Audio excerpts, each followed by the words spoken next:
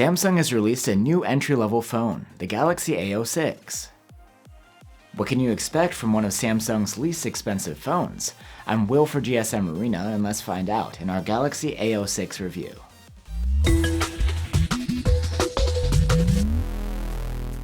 The Galaxy A06 comes at the bottom of Samsung's A series lineup. It's quite basic, but could be worth considering as a backup phone, or if you're strapped for cash. The phone has a straightforward design, with rounded corners and a plastic back and frame. The vertical stripes on the flat back aren't just visual, you can feel a ribbed texture here. Despite the plastic, the Galaxy A06 doesn't feel cheap or flimsy, it's pretty solid. As a budget device, there's no official ingress protection on the Galaxy A06. This phone brings you back to basics when it comes to the display. It's a 6.7-inch LCD with just a 720p resolution and a 60Hz refresh rate. There's nothing fancy here. At 720p, the pixel density works out to 262 ppi, notably less sharp than the panels you see on more expensive phones. As an LCD, it's also less contrasty than an OLED, and of course there's no support for any extras like HDR video. And with its 60Hz refresh rate and rather sluggish pixel response time, swiping and scrolling on this display doesn't feel the smoothest. For brightness, we measured over 560 nits maximum, which is okay for a budget phone, but not great for use on a sunny day. And while there is an auto brightness mode, it doesn't come with a brightness boost. The Galaxy A06 has a 3.5mm jack for headphones and a single bottom firing speaker. This speaker earned a score of good in our loudness test, and its sound quality is okay, with decent mids, but not much bass, and there's some distortion at higher volumes. I'm wide awake, but you're a nightmare. I can't escape, I'm seeing you everywhere. You can wake up and unlock the phone with a side-mounted fingerprint reader built into the power button. It's very accurate and snappy.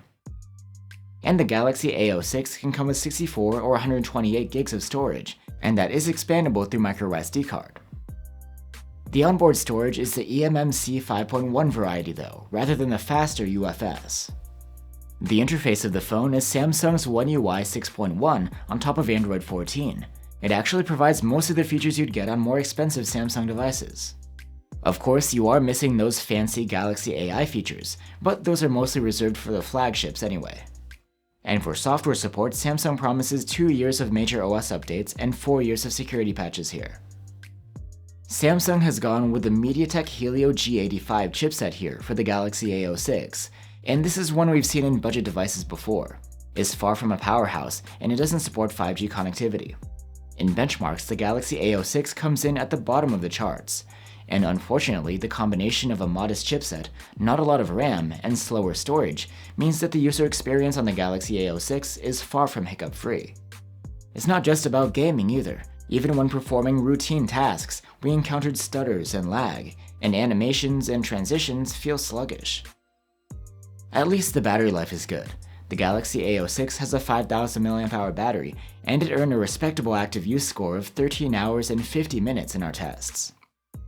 There is support for 25-watt charging, but there's no charger included in the box, and unfortunately we ran into some issues with our charging test.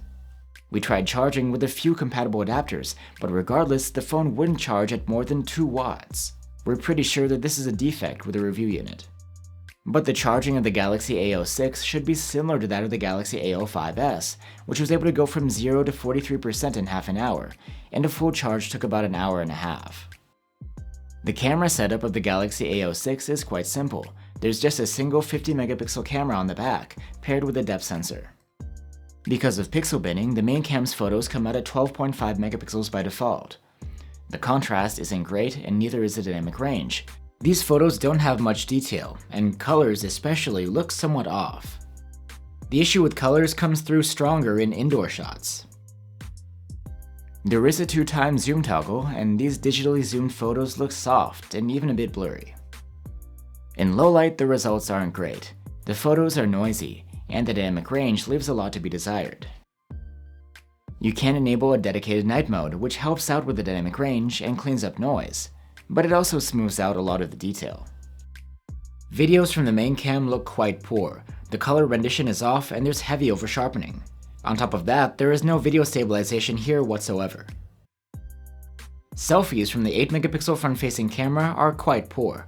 Besides being extra soft, the colors also look off. So there you have it, guys. The Galaxy A06 is the lowest spec device in the A series, and it shows. The low-res 60Hz display and sluggish chipset performance could be a turnoff for many users, and there's no support for 5G connectivity or NFC. The Galaxy A06 could be a consideration if you need a backup phone and it has to be a Samsung, but there are better options out there. Thanks for watching, guys. If you're looking for a Samsung at a low price, you can also check out the Galaxy A15, either the 5G or the 4G version.